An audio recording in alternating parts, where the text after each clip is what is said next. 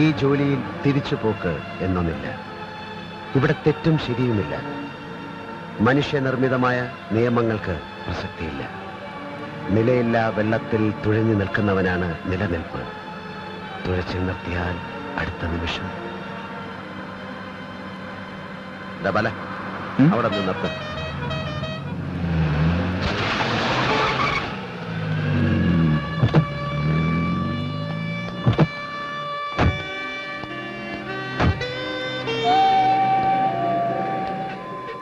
എന്താ രവിട്ട് ആലോചിക്കുന്നേ? ആ കാണുന്ന ഫാക്ടറി നീ ശ്രദ്ധിച്ചോ? അത് നമ്മുടെ ഗുലാബ് ചന്ദ് ഷായുടെ മരുന്ന് ഫാക്ടറി അല്ലേ? അവിടെ നമുക്ക് എന്താ കാര്യം? കാര്യമുണ്ട്. നിന്നെ ആ ഫാക്ടറിയുടെ MD ആക്കിയാലോ എന്ന് ഞാൻ ആലോചിക്കുകയായിരുന്നു. എന്ത് പറയുന്നു?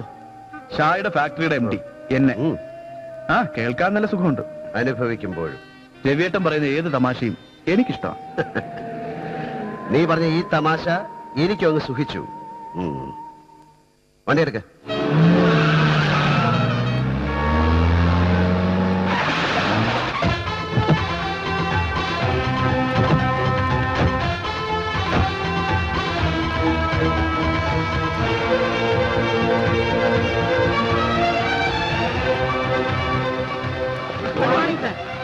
Good morning.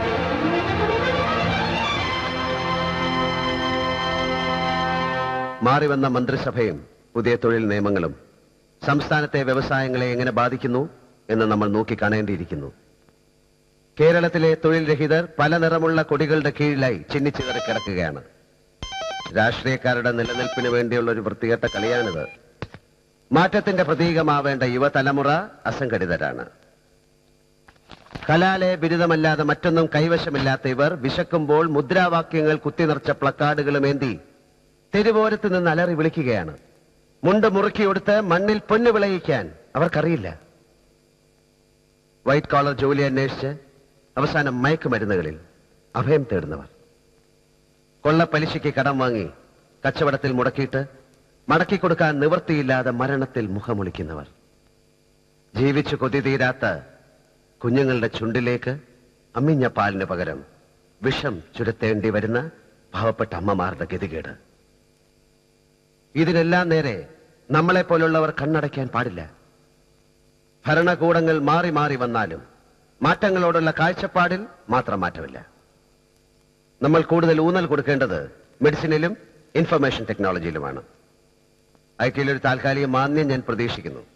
പക്ഷെ അത് സ്ഥിരമാകണമെന്നില്ല. ഇൻഫർമേഷൻ ടെക്നോളജിയുടെ സാധ്യതകൾ അനന്തമാണ്. സാറ് വളരെ അപ് ടു ഡേറ്റ് ആണല്ലോ. ആയിരിക്കണമല്ലോ. ബിസിനസ് രംഗത്തെ മത്സരവും കടുത്തതല്ലേ.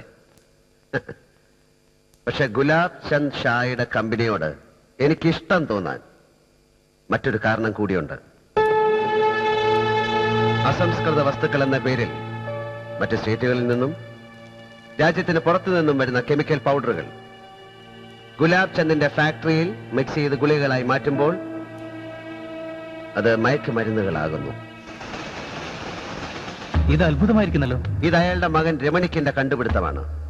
ആദ്യം ചെറിയ അളവിൽ കുഞ്ഞുങ്ങളിൽ മരുന്നായി, പിന്നെ ചോക്ലേറ്റ്സ്, ഐസ്ക്രീം, അങ്ങനെ മറ്റു പലതിലൂടെ. പിന്നീട് അവർ വലിയ അളവിൽ ലഹരി തേടി അലഞ്ഞോളും. നല്ലൊരു നാളെ തകർത്തിട്ട് ഇന്ന് ലാഭം കൊയ്യാൻ ആഗ്രഹിക്കുന്നവർ. എന്റെ അടുത്ത ലക്ഷ്യം അവരുടെ സ്പോർട്സ് ഗുഡ്സ് ഫാക്ടറിയാണ്. കയറ്റി അയക്കുന്ന ടെന്നീസ് ബോളിനുള്ളിൽ വെളുത്ത പൊടിയുണ്ടോ എന്ന് എനിക്കറിയണം. White gold. ഓക്കെ, നമ്മുടെ അഡ്വർടൈസ്മെന്റ് ഏജൻസി കുറച്ചുകൂടെ ശക്തമാക്കണം. പത്രങ്ങളുമായി നല്ലൊരു ബന്ധം വേണം. എങ്കിലേ നമ്മൾ പറയുന്ന സത്യങ്ങൾ കുറച്ചെങ്കിലും അവർ അച്ചടിക്കൂ. ഓക്കെ, ഞാൻ ഇറങ്ങുന്നു. എനിക്കെന്റെ തറവാട്ടിലൊന്ന് കയറണം.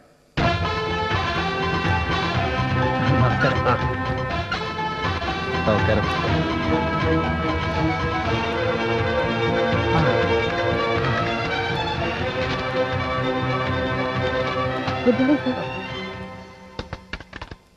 കലക്കിയില്ലേ ജി?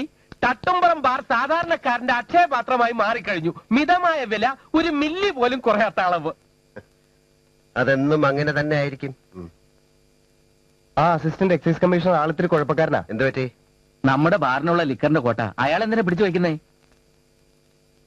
നമ്മുടെ എന്ത് സ്റ്റോക്ക് ഉണ്ട്?